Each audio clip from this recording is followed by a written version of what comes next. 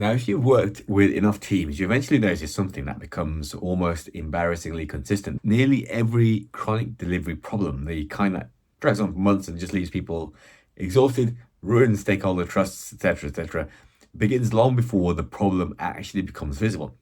Sort of becomes in the foundation. And because foundations are not glamorous, they don't give you the instant gratification of a shiny new process or a heroic decision. Most leaders will ignore them until it's too late. I'm talking about earth here, the foundation. It's the ring that holds the weight of every other discipline.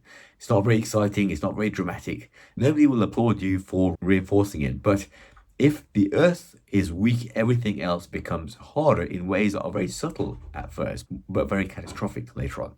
Earth is where the team's sense of stability comes from, their shared language, their working agreements, their rhythms, their sense of what normal feels like. And if that isn't steady, every sprint becomes a bit of an improvisation, and every conversation needs a translation. Every estimate becomes a guess layered on top of another guess. So today, I'm going to talk about Earth not as a theoretical concept, but as a lived experience, the difference between a team that walks confidently on solid ground and one that tiptoes across a shifting floor. There's a particular atmosphere teams have when Earth is weak, and you can sense it without looking at a single metric. It's in the way that people hesitate before speaking, the way that meetings feel heavier than they should, the way simple decisions somehow drift for days because no one's entirely sure what assumptions everyone else is operating under. It's that constant low grade tension. It's not loud, it's not explosive, just a form of a background hum of unease. Nobody ever names it, but everybody carries it.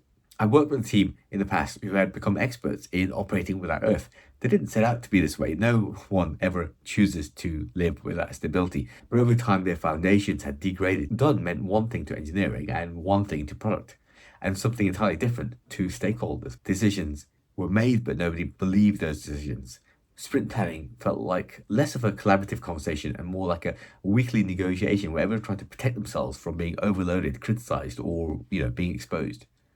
And it's very easy to misdiagnose these situations. People say the team need better discipline. We need clearer user stories, or we need a more thorough refinement or a stricter sprint goal. But those are all the symptoms. The real issue is that the ground beneath them was shaking and everyone could feel it, nobody could articulate it.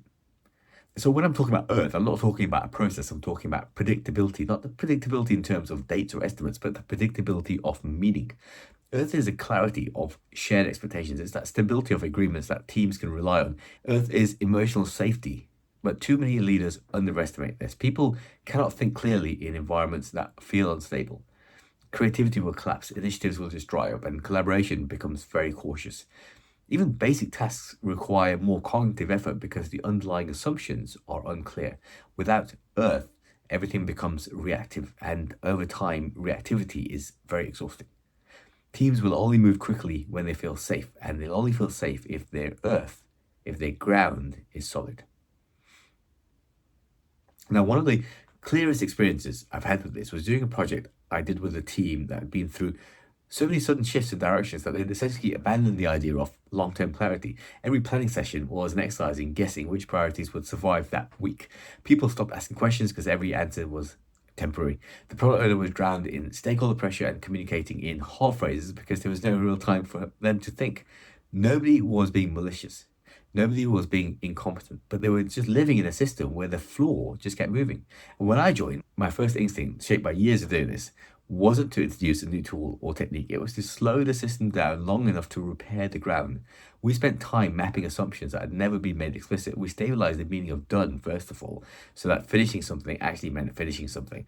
We re-established boundaries around scope changes, not to avoid flexibility, but to restore some sanity to the process. We clarified roles, again, not in order to enforce a hierarchy, but to reduce that confusion. And I created rhythms, real steady rhythms that acted like handrails that the team could hold on to. And what surprised the team was how quickly everything began to improve. Decisions that had previously stalled now moved. Conversations became lighter, clearer.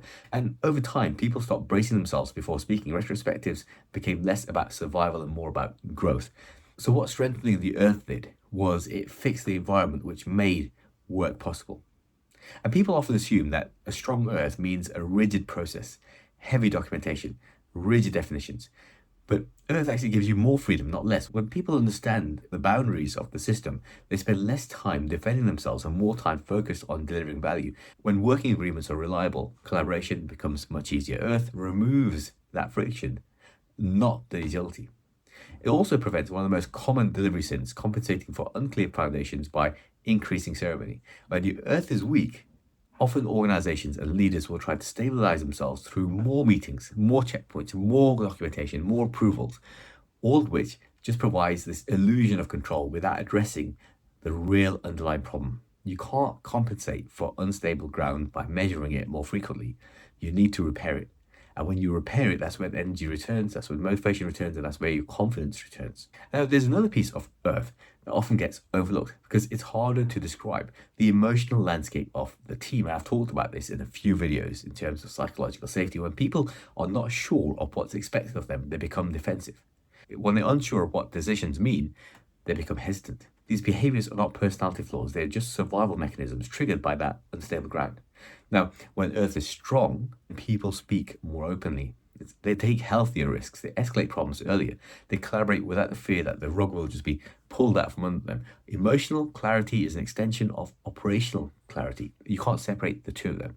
And leaders who understand that Earth is not about processes, those are the leaders who build trust, and trust is transforming a group of individual people into a team. Now, Earth always comes first because it's the entry point to everything else that we're going to explore in this series. If you strengthen Earth, every other discipline becomes easier to cultivate. If you ignore Earth, the interventions that you put in place are just noise.